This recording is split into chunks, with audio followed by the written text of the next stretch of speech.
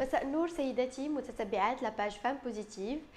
مرحبا بكم معنا، سعيدة بلقياكم في حلقة جديدة وموضوع جديد. اليوم اختارينا نتكلموا لكم عن موضوع تهم جميع السيدات وكذلك الرجال. فالموضوع ديالنا اليوم هو زرع الشعر عند النساء. فلهذا كنستضيفوا معنا الدكتور محمد علمي، اخصائي في طب تجميل واخر تقنيات زراعه الشعر، وكذلك عضو الاكاديميه الامريكيه لطب تجميل. مرحبا بك دكتور. مرحبا بك سارة، شكرا ومرحبا لك. بالمستمعات وبالمشاهدات الكريمات. شكرا لك. الوغ قبل ما نبداو الموضوع ديالنا كندعيو السيدات باش ينضموا لينا على موقع التواصل الاجتماعي انستغرام، وكذلك على قناتنا في اليوتيوب كيف ما هو مبين في الشاشه. الوغ نبداو الموضوع ديالنا معك دكتور، ونبغيو نعرفوا منك شنو هو تعريف الصلع عند النساء. الوغ هذا الموضوع موضوع مهم بزاف، موضوع شائك، لانه النساء كلهم كنعرفوا بانه كاين فتره من الفترات ديال الحياه ديالهم كيبدا عندهم تساقط ديال الشعر، وهذا التساقط الى ما خلفش داك الشعر كيؤدي لواحد التساقط نهائي. هو on appelle ça en français l'alopécie ولا la calvitie. وهذا هو الصلع، وهذا هو التفسير ديال الصلع. الوغ من بعد خصنا نعرفوا ان هذا التساقط ديال الشعر كيكون في واحد الحاله طبيعيه، حيث كل يوم كيمكننا نفقدوا بين 100 حتى 120 شعره بلا ما تكون هذه حاله مرضيه كما الصلع. وكاين بعض المراحل في السنه اللي كيكون هذا التساقط كيتفاقم بالنسبه للايام العاديه، وبالاخص في فصل الخريف وفصل الربيع، حيث كيمكننا نفقدوا 140 حتى 160 شعره في النهار. وهذا التساقط ما خصوش يدوم اكثر من شهرين. الا فاتت شهرين داك الساعه كنصحوا السيدات باش يمشيو يشوفوا الطبيب ديالهم، اللي غادي يمكن له يجري بعض الفحوصات ويطلب بعض لي زاناليز بيولوجيك باش نعرفوا علاش هذا التساقط كيدوم بهذه الحاله. هو المهم في هذا التساقط هو نحيدوا الحالات المرضيه اللي كيمكن لها تسبب هذا التساقط ديال الشعر. شكرا لك دكتور. واش يمكن لك تشرح لنا شنو هو الفرق بين الصلع عند النساء والصلع عند الرجال؟ الوغ الصلع في حد ذاته كيقيس الرجال والنساء غير بواحد النسب مختلفه، حيث كنعرفوا ان عند الرجال 50% ديال الرجال من بعد الخمسينات كيفقدوا الشعر ديالهم، كيكونوا مصابين بلا كالفيسي ولا بالصلع. وعند النساء كاين بعض الاحصائيات اللي كتبين ان مرأة على 5 من بعد السن اللي كتفقد فيه العاده الشهريه ديالها كيمكن تكون مصابه بهذا الفقدان ديال الشعر اللي كيؤدي للصلع. كاين بعض الاحصائيات كتقول حتى 30 حتى 33% ديال السيدات، وهذا راجع لاسباب عده ومختلفه اللي يمكننا نهضروا عليها من بعد صراحه. جوستومون نبغيو نعرفوا معك دكتور شنو هما الاسباب المؤديه للصلع. الوغ الاسباب المؤديه للصلع عند السيدات كما قلت 33% ديال السيدات من بعد السن اللي كيفقدوا فيه العاده الشهريه ديالهم، كيرجع لواحد الاختلاف ولا عدم التوازن بين الهرمونات النسائيه الانوثيه اللي كتكون عندهم والهرمونات الذكوريه اللي كتكون تاع النساء. وهذا الاختلاف كيؤدي الى تساقط الشعر في هذا السن هذا. هذه كيدخل في اطار ديال التساقط لوندروجينو جينيتيك، داكوغ، اللي كي مرتبط بلي زورمون. كاين بزاف ديال الاسباب اخرى ديال هذا التساقط الشعر اللي كيؤدي للصلع، منهم الاسباب المرضيه، مثلا الامراض اللي متعلقه بالغده الدرقيه، الامراض اللي متعلقين بالفقر ديال الدم من ناحيه الحديد مثلا، ولا بعض الفيتامينات كالفيتامين بي والفيتامين دي حتى هي. وكاين حالات اخرى اللي هما دي هو الصلع اللي كيتسمى بعد لي فاكتور ميكانيك، مثلا السيدات اللي كيديروا دي تراكسيون ce qu'on appelle des alopécies de traction اللي كيديروا دي كوافور بارتيكولير كيبقاو كيجبدوا في الشعر ديالهم داكشي ولا اللي كيديروا لي ليساج بزاف وداكشي دونك وكاينين بعض لي كالفيسي كي سون دو ا دي مالادي اوتو ايمون امراض اللي متعلقه بالمناعه الذاتيه حيث ان الذات ديالهم كتصنع بعض العوامل اللي كتفرز بعض العوامل اللي كتمشي باش elle détruit le poil دونك هادو هما العوامل غروسو مودو اللي كيمكن نشخصوا بهم هذا الصلع وكاين بعض العوامل اللي هي مضافه ماشي هما الاساس ديال الصلع مثل لو ستريس مثلا مثل لا بوليسيون مثل دي بروبليم دو نوتريسيون اللي كيمكن لهم حتى هما يفاقموا واحد الحاله ديال تساقط الشعر وكيؤديو لسميتو الصلع. شكرا لك دكتور. واش يمكن العامل ديال الوراثه يكون حتى هو كذلك مسبب في تساقط الشعر؟ العامل الوراثي عامل مهم حيث مثلا عند الرجال 90% ديال لي كالفيسي اللي ديال الصلع اللي كنشوفوه عند الرجال كيكون عنده واحد العامل وراثي والنساء 30% منهم عندهم هذا المشكل المتعلق بالوراثه وخصنا نعرفوا احنا مثلا غير كتجي عندنا السيده وكتكون عندها واحد ان تابلو دالوبيسي كنبداو بعدا نسولوها واش عندك في العائله الناس بالاخص من العائله ديال الام واش عندك شي واحد كيطيح ليه الشعر ولا عنده هذه الحاله بحال ديالك دونك سكي في كو الوراثه كتلعب واحد الدور كبير وكبير جدا الوغ الا كانت الوراثه وكيتزاد عليها المشاكل الاخرى كما اشرت لها قبيله بعد لي بروبليم كارونسيال مثلا نقص شي ماده في الدم مثل الحديد ولا لا فيتامين بي ولا شحال ديك الساعه كتفاقم الحاله وكتبان عندها بزاف غير هو اللي بغيت نقول انه عند السيدات هذا الصلع كيكون شويه مختلف في المنظر ديالو على الرجال حيث ان السيده ما كتفقدش الشعر ديالها كامل بحال الراجل على خاطر الراجل كنشوفوا انه ما عنده حتى شي زغبه على راسو اما السيدات كيبدا يخفاف داك الشعر كيرجع رهيف ويخفاف وكيمكن له يقيس المنطقه الوسطى سكون ابل لاغي وكيبدا يسرح من تماك بلا ما كتفقد الشعر ديالها كله داكا يعني بصفه تدريجيه ماشي مره هي واحده دائما بصفه تدريجيه وما كتفقدوش كامل ما كنشوفوش مثلا داك الفروه ديال الشعر كتكون خاويه كيبقاو دائما فيها شويه ديال الشعر داكا واخا دكتور بغينا نعرفوا معاك شنو هما طرق التشخيص ديال الصلع الوغ طرق التشخيص كتبدا اولا بواحد لونتروتيان مع الباسيون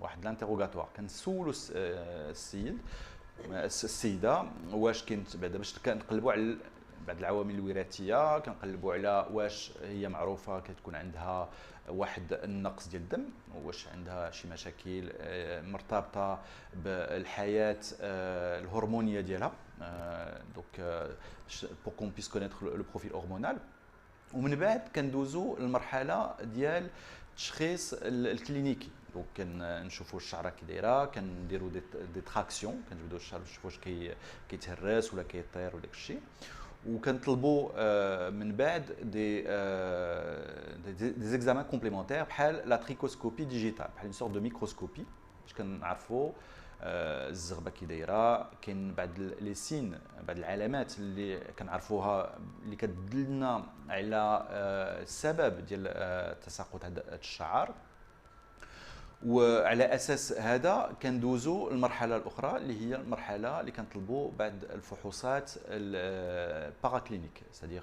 دي زيكزام بيولوجيك سبيسيفيكمون اللي غير كيرجعونا داك الساعه كيمكننا تكون عندنا واحد النظره شموليه على السبب ديال هذا التساقط ديال الشعر وخصني نشير في هذه الناحيه انه كل ما كنعرفوا السبب ديال تساقط الشعر كل ما كيمكننا نعالجوه بواحد الطريقه اللي هي متوازنه باش السيده كيخلف لها الشعر غير كنبغي نشير اوسي ان هذا باش كيخلف الشعر كيقبط شويه د الوقت كيقبط على الاقل 4 شهور لان الشعر عنده واحد لو سيكل كي ناتوريل اللي ما كيمكنناش اون بو با لو كومبريسي فوالا.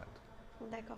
وشنو دابا التقنيات الحديثه للعلاج وشنو ما طرق العلاج الوغ غير كنشخصوا داك الحاله ديال السيده، كنعطيو اولا مثلا الا كانت شي اون كالفيسي كارونسيال مثلا، الا كانت السيده ما عندهاش واحد الماده في الدم ديالها وكتحتاجها، كنعطيوه الدواء باش كيمكن يخلف داك الشعر، وان جينيرال كيخلف. الا كانت واحد المشكل وراثي اللي ما السيده عندها داك الشيء في لي جين ديالها، دوك ما كاينش شي علاج من غير زراعه ديال الشعر. مي قبل ما كنوصلوا للزراعه كنحاولوا بلا ميزوثيرابي مثلا، بلو بي ار بي البلاسما. البلاسما خصو يكون مصوب بواحد الطريقه اللي هي فعاله واللي هي سبيسيفيك للشعر، لانه البي ار بي كيمكن نستعملوه في الوجه، كيمكن نستعملوه في الحروق، كيمكن نستعملوه في المفاصل، غير هو لا بريباراسيون ديال هذا البي ار بي ال ديفير، كتبدل من انديكاسيون لانديكاسيون. سادير لو بي ار بي ديال الشعر ماشي هو البي ار بي ديال الوجه، كيكون عنده une double concentration، كاين une façon particulière، des machines particulières pour le préparer باش كتكون عنده واحد النجاعه. فهمتي؟ بعض المرات كيجيو السيد كيقول لك درت البي ار بي وما عطاني حتى شي نتيجه، الا ما كانش موجد بطريقه دقيقه وبطريقه زعما علميه وبارتيكولير ما كيعطيش نتيجه زعما دو فاسون سبيكتاكولير. دونك طرق العلاج هما هادو، سادير كاين اون كومبليمونطاسيون سي فو فولي ديال داكشي اللي خاصها في الدم الا كان عندها واحد المشكل كارونسيال. كيمكننا نديرو دو لا ميزوثيرابي، كيمكننا نديرو مثلا دو بي ار بي، وكنوصلوا في الاخير غير ما كيبقاش قدامنا غير لا غريف.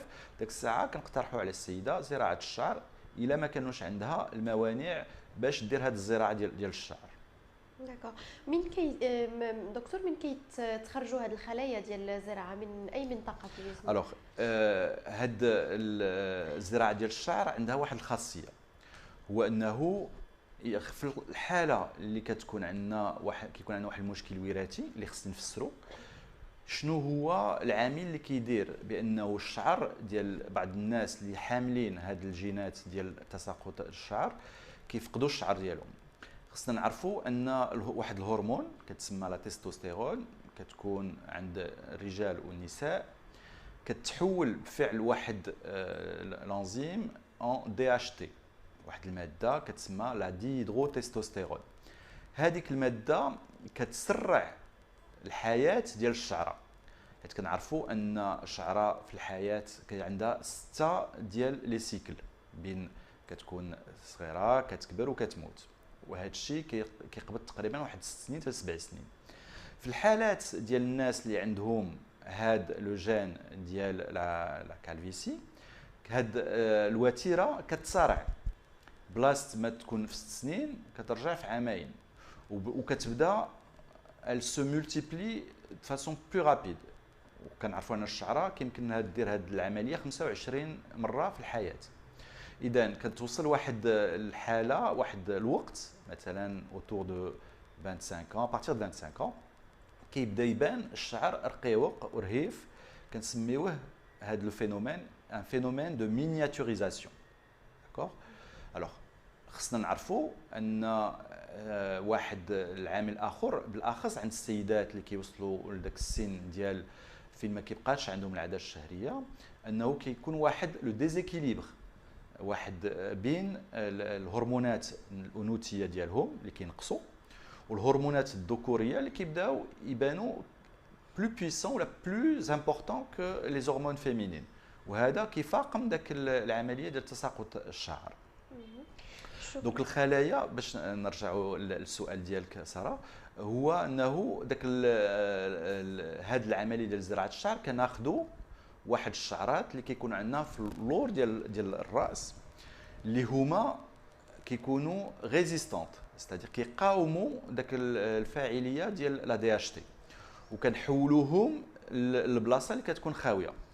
وكنعرفوا ان هاد غير كناخذوهم كتبقى عندهم سكون ابل لا ميموار جينيتيك ديالهم، اي داك الذاكره الوراثيه اللي كدير بانه كيكونوا ريزيستون لا دي اتش تي، كنديرهم في ديك البلاصه الخاويه وكيبقاو مدى الحياه من بعد، كيبقاو بحال الشعر العادي اللي عندنا هنا. داكوغ، شكرا على هاد التوضيحات دكتور. الوغ من بين المواضيع دابا الشائكه حاليا كنسمعوا بزاف على زراعه الحاجبين. شنو يمكن لك تقول لنا في هذا الموضوع؟ الوغ زراعه الحاجبين هما كنشوفوا ان السيدات سو ليفي ديال بعض العوامل الميكانيكيه، نتاع مثلا لا بانس، ليبيلاسيون ولو فيل وداكشي، مع الوقت كيبداو داك لي بوال ديال لو سورسي كيبداو يضعفوا وكيبداو يطيحوا وما كيتجددوش. دونك كاين بزاف ديال لي تكنيك دابا بور رامبلاسي ولا دوني او موان لاسبي ديال ان سورسي عادي، منو لو تاتواج، الميكروبليدين اللي كيبقاو هما واحد دي وسائل كوسميتيك، ماشي وسائل اللي كتدخل في الخانه ديال الزرع ديال الشعر. خصنا نعرفوا ان لا غريف ديال لو سورسي هي واحد العمليه اللي كتحاول كترد لاسبي الطبيعي لو سورسي، حيث ان السيده كنردوا ليها لو سورسي ديالها كما كان عندها من قبل. كناخذوا الشعر من اللور ديال الراس وكنبتوه ليها هنا في القدام.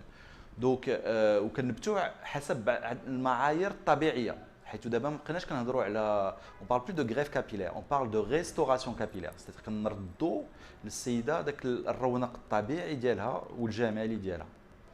وهي كيمكن لها من بعد تقادوا على حسب الموضه اللي كتخرج. خصنا نعرفوا ان قبل مثلا كان الموضه هي لي سورسي ولا الحاجب كيكون رقيق، دابا رجع الحاجب غليظ باش كيمكن. دونك الزراعه ديال الشعر ديال في الحاجب كتتيح لها هذه الفرصه، حيث كيمكن لها هي تلعب بالحاجب ديالها وتقادو على حسب المتطلبات ديال لا مود وعلى حسب الرغبه ديالها. الحاجه اللي ما كيمكنلاش اللي ما كتسمحش ليها بها لو تاتواج ولا لو ميكروبلادين باغ اكزومبل.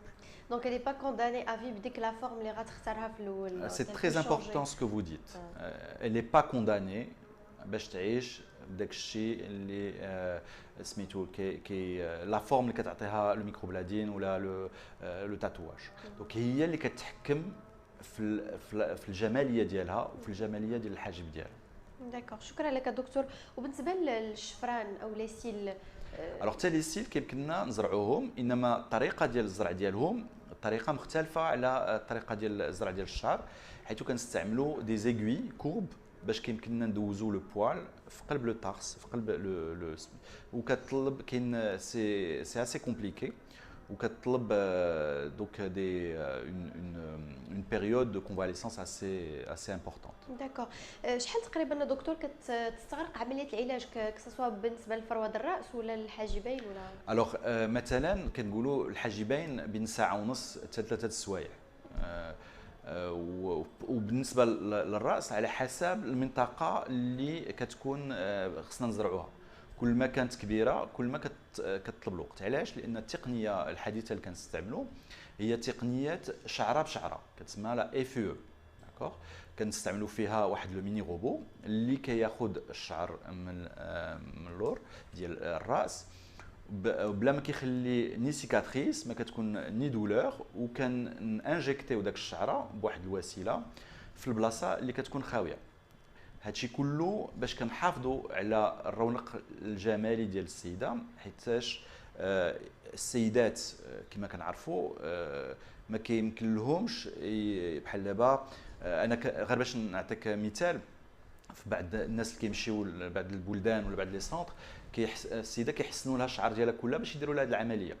دونك في المغرب وبالاخص المهم التقنيه اللي كنستعملوا حنا ما كنحسنوش للسيدات، لانه الا جيتي تحسن السيده عندها كيدير لها انهيار عصبي، فهمتي؟ دونك elle rentre en dépression et même زعما لو ريزولتا بار لا سويت ما كيكونش مزيان. دونك التقنيه اللي كنستعملوا دابا هي احدث التقنيات، ما كنحسنوش للسيدات ولا كنستعملوا بعض التقنيات باش كنحاولوا يبقى لها الشكل ديالها واحد الشكل اللي هو طبيعي، اللي حتى واحد ما كيشوف بانها دارت زراعه ديال الشعر. داكوغ، شكرا لك دكتور. غادي ناخذ واحد الفاصل ونواصل. شكرا. رجعنا لكم سيداتي وناخذوا اول سؤال ديال السيده سهام البياش. تتسول انا شعري خوالي من القدام بزاف. الوغ هاد الحاله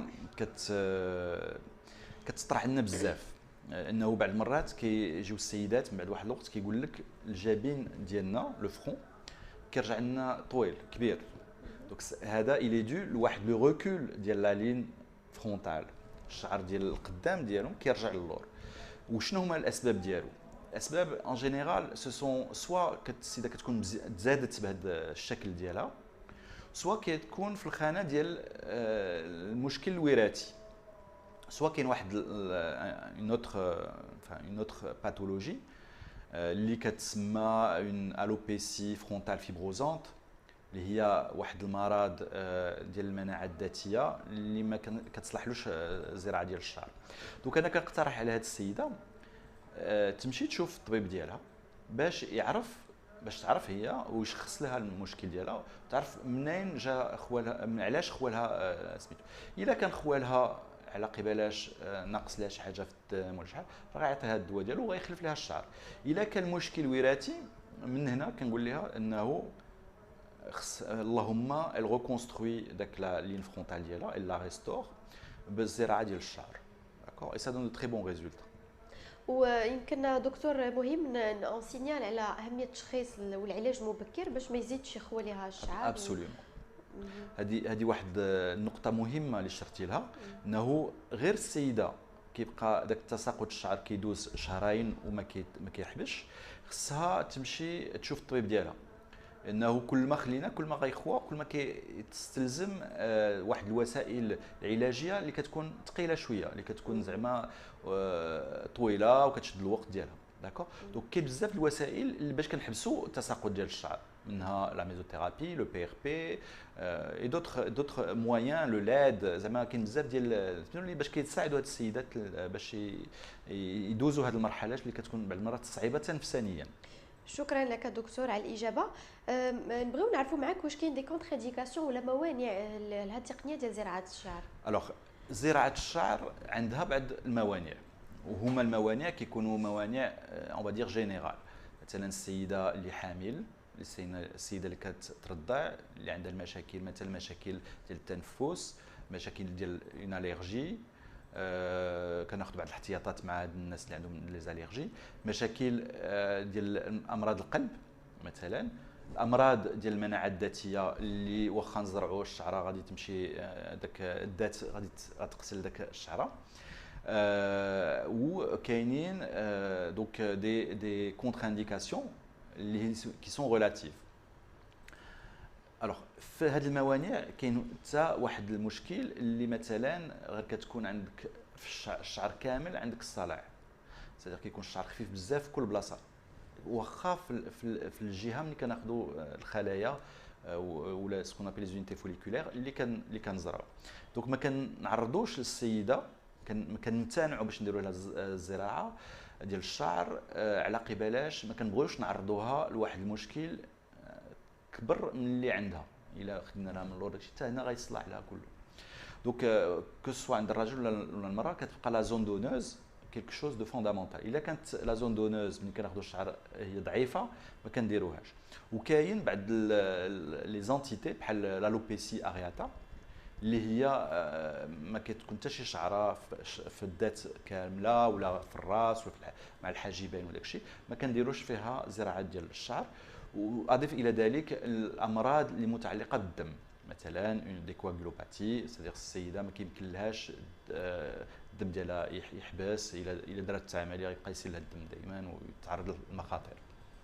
شكرا لك دكتور. ابتداء من كيلاج نقدروا نتحدثوا على زراعه الشعر؟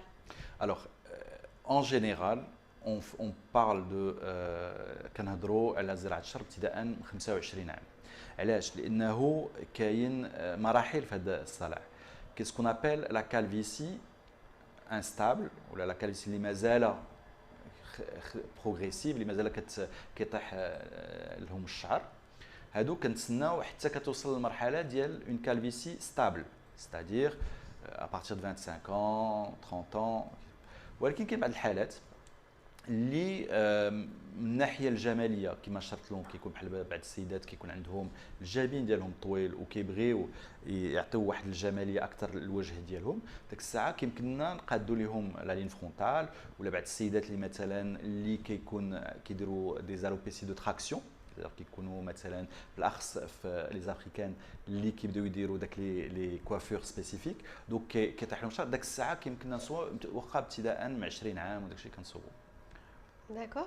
وشنو كيفاش نحافظوا من يتم الزرع ديال هذا الشعر؟ كيفاش تنحافظوا على هذا الشعر المزروع؟ واش كاين يعني ما عرفت ان ريجيم ولا دي بروتوكول؟ وي الوغ خصنا نعرفوا انه من بعد ما كنزرعوا الشعر خصنا باش نوصلوا النتيجه النهائيه ديال الزراعه كتطلب سنه حتى ل 14 شهر، وكدوز على عده مراحل. في 3 شهور كنقولوا كيكون عندك 20% ديال النتيجه النهائيه، في 6 شهور كتكون عندك 50%، والنتيجه النهائيه كتوصل في 14 في 12 شهر حتى ل 14 شهر. في هذه المده كلها ديال سنه الطبيب ديالك خصو يكون بجانبك، لانه خصو كيعطيك بعض لي شامبوان سبيسيفيك، دي لوسيون ودي بارفوا ميم دي ميديكامون، وكنديروا دو بلاسما باش كنعطيو الحظوظ الكامله لداك الشعره اللي كتكون بحال اون سورت دو بتي بيبي. كنعطيوها التغذيه ديالها الملائمه والعنايه ديالها باش كيمكن لها تعطي نتيجه مزيانه في اخر المطاف.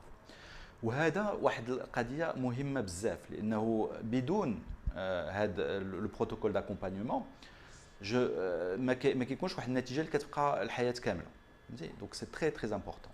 داكوغ. واش كاين شي مواد اللي يمكننا نتجنبوها بحال دابا بالنسبه للعيالات اللي تيديروا لي كولوراسيون اي تو سا؟ واش Alors les colorations, il faut bien choisir.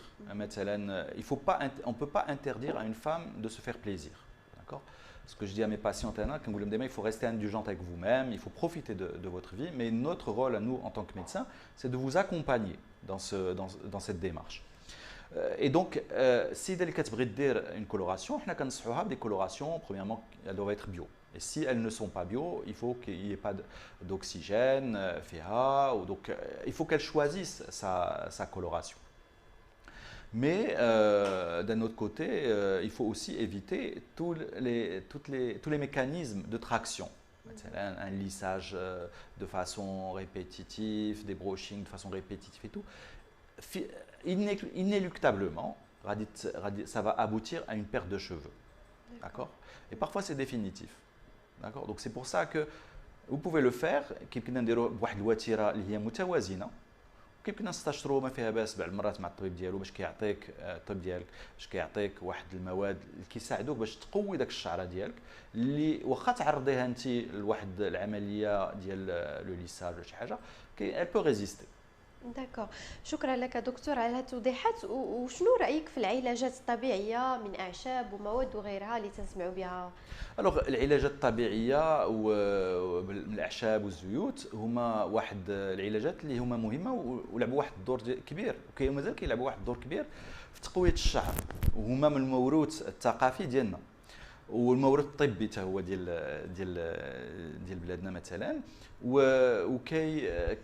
كيلعبوا واحد الدور، غير كيكون الشعر كاين مثلا، ولكن غير كتوصل لواحد المرحله ديال الصلع وما كتبقاش الشعره، ما كتبقاش النبته الا بغيتي تقول، واخا حتى هي ما دير في العلاجات الطبيعيين ما كيعطيوكش داك النتيجه اللي المتوخات. فهمتي؟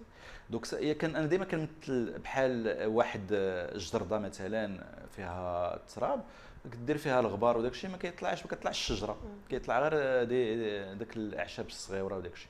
دونك غير ما كتكونش الشجره خصك تنبتها عاد كيمكن لك تعطيها الوسائل باش كتكبر. هذا هو اللي كنحاول نمثل به هاد العلاجات بالاعشاب وداك الشيء.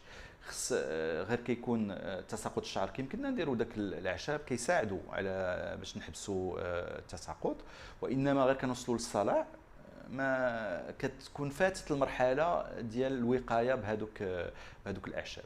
يعني هي ما تتعالجش ولكن للوقايه والحفاظ على يمكن القوه ديال الشعر. كتحافظ على الوقايه، كتعالج في بعض الاحيان، بالاخص غير كيكون الفروه ديال الشعر كتكون مثلا انفلامي وداك الشيء. كاين بعض الزيوت الطبيعيه ولا سورتو دي زويل اسونسيال ودي ميلانج اللي كيمكن لهم يلعبوا واحد الدور كبير وكبير مزيان، زعما كيلعب واحد الدور مهم في هذا. ودكتور، واش هذا الشعر اللي تنزرعوه تيبقى افي، ولا هذه عمليه اللي خصنا نعاودوها زعما بطريقه منتظمه، ولا كومون سا سباس؟ الوغ كما شرت ليه انه حنا باش كنزرعوا داك الشعر كناخذوه من واحد المنطقه اللي كيكون فيها الشعر كي ريزيست لي زورمون. دونك وغير كنحولوه كتبقى عنده داك الذاكره الوراثيه ديالو، لا ميموار جينيتيك، اللي كدير انه il résiste à la chute. دونك اون فوا غريفي غير كنزرعوه ما كيبقاش يطيح، دونك كيبقى مدى الحياه. بيان سور خص نعتنيو به حتى كيوصل لذاك المرحله اللي كيكون فيه ستابل ابري اون اني. وكيتخاد شي دواء مع هذه العمليه او؟ الوغ هذه واحد العمليه اللي ما كتخلي اوكون سيكاتريس، يا با دو دولور. كنعطيو ان بروتوكول سو فورم دو شامبوان، سو فورم du PRP, parfois on peut donner aussi du minoxidil اللي كيحاولوا يعطيو القوه للشعر باش يخلف وباش يتقوى. ولكن غير كيوصل داك النتيجه المتوقعه من بعد سنه ما كنبقاو نعطيو والو، كيرجع الشعر ديال السيده كدير به اللي بغات، تقصو تقادو كما بغات داكشي. ودايوغ في التقنيات الجديده personne ne fait attention, ne peut remarquer un cheveu greffé parce qu'il restaure le naturel. c'est-à-dire كيعوض السيده بداك الشيء اللي طاح بواحد الطريقه تجميليه اللي ما كيمكنش دير الفرق بين الشعره الطبيعيه اللي كانت في ذاك البلاصه والشعره اللي حولناها من بلاصه لبلاصه اخرى. داكور، شكرا لك دكتور. مؤخرا ولينا تنسمعوا بزاف الناس تيتوجهوا لدول عربيه واوروبيه كذلك باش يديروا هذه العمليات ديال الزرع. واش هذا تيعني ان مازال ما عندناش تقنيات في المغرب اللي تتمكننا من هذه التقنيه، من هذه العمليه هذه؟ الوغ هذا واحد الفينومين افكتيفمون اللي كنشوفوا بزاف الناس كيتوجهوا لبعض الدول منهم تركيا. هذا الشيء ما كيعنيش بانه في المغرب ما عندناش التقنيات، حيث عندنا التقنيات حنا اللي هما متقدمه بزاف بالنسبه للعديد من الدول. حيث كنقول لك مثلا في العالم كله كاين 60 ديال لي سونتر اللي كيمكن لهم يزرعوا تقريبا، اللي كيمكن لهم يزرعوا السيدات بلا ما يحسنوا لهم. داكوغ، وهذا الشيء خص الناس يعرفوه.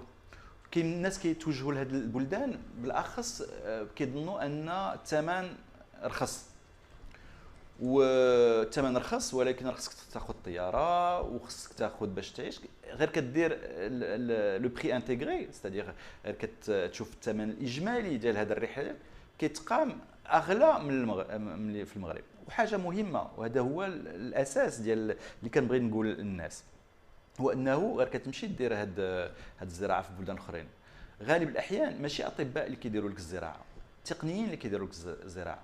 داكوغ، وهذه ماشي زعما واحد الحاجه سهله اللي كدار، خصها دار دون ان كادر بيان بريسي ميديكال.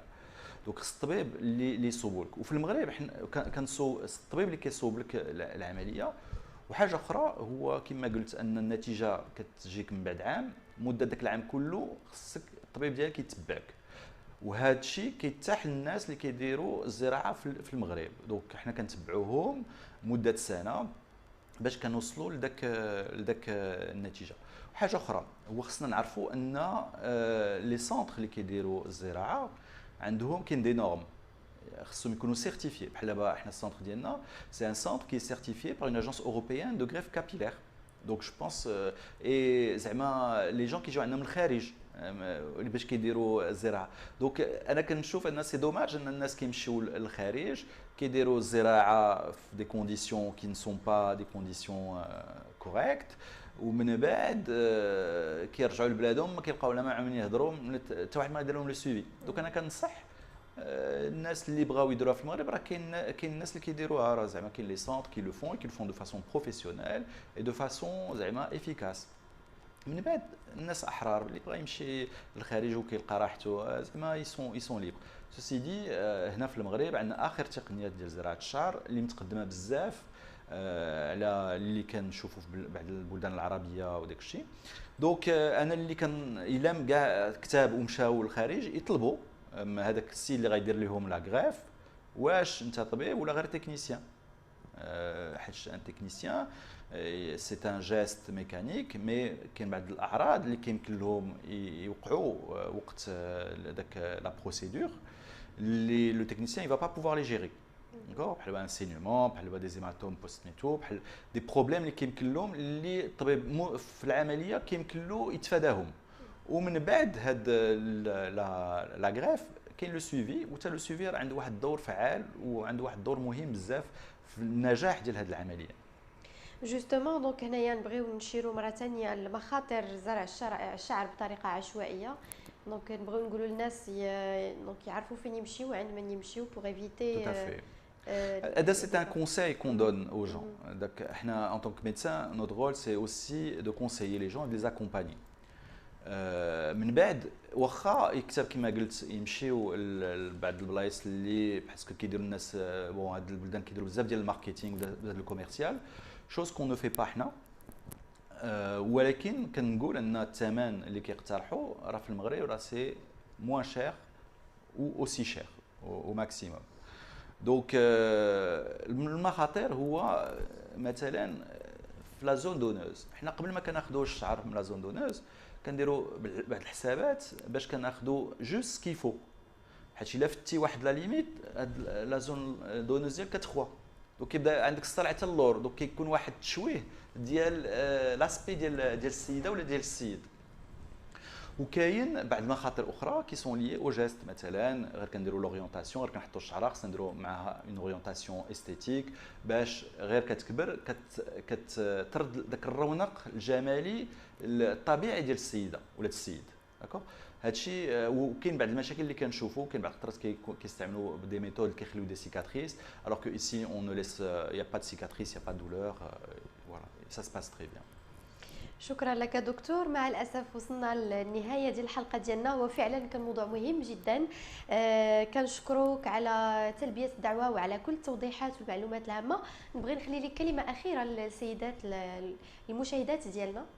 الوغ ككلمه اخيره اللي بغيت نقول هو انه هذا تساقط الشعر اللي كيدير الصلع ولا تساقط الشعر بصفه اجماليه هو واحد الموضوع اللي السيدات كلهم كيتعرضوا ليه خلال السنه جوج المرات بواحد ان اسبي غادير امبورطون في الخريف وفي الربيع. ما خصهمش يغفلوا على هذا المشكل، بالاخص الى دام اكثر من شهرين. دونك خصهم يمشيو يشوفوا الطبيب ديالهم باش كيشخص هذا المشكل. تساقط الشعر كيستلزم واحد التشخيص دقيق. الا وصلنا للتشخيص دقيق داك الساعه العلاجات اللي كيمكننا نقترحوها عند هاد السيدات كيكون سهل عليها باش تسترجع الشعر ديالها. حاجه اخرى اللي كيمكن لي ننصح بها السيدات انه الا بغاو يديروا مثلا دي كولوراسيون ولا دي سوين كابيلير دو ليساج et tout, ils peuvent le faire mais sous des conditions et avec un accompagnement انا كنقترحو ميديكال. داكور، باسكو من بعد اتيرم كيطيح لهم الشعر وداك الشيء.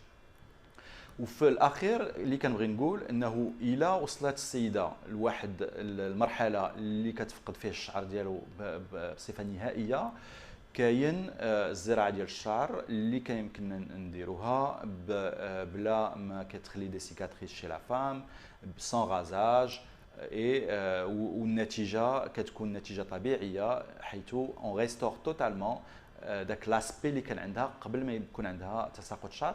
بيان سور سو سيغتان كونديسيون كما هضرنا، كنحيدوا الموانع، كنشوفوا لا زون دونوز واش كيمكن لها تلبي الرغبه ديال هذه السيده ولا لا. وكيبقى دائما الحوار بين الطبيب والمريضه ديالو ولا المريض ديالو مده سنه من بعد هذه الزراعه، لانه هذه السنه مهمه وفيها فاش كنعطيو بعض الوسائل لهذا الشعر اللي مزروع باش يمكن له ينبت بواحد الخاصيه طبيعيه. وفي الاخير كنبغي نشكر المشاهدات والمشاهدين ديالكم، وكنشكر الطاقم التقني اللي زارنا اليوم. شكرا لك دكتور، وشكرا لجميع متتبعاتنا على قناة لا فام بوزيتيف على الاستماع والتفاعل ديالهم معنا. كنشكر كذلك الطاقم التقني الصاير على البرنامج، وكنضرب لكم موعد الاسبوع القادم مع حلقة جديدة وموضوع جديد. وما تنساوش غيستي توجور بوزيتيف. الى اللقاء.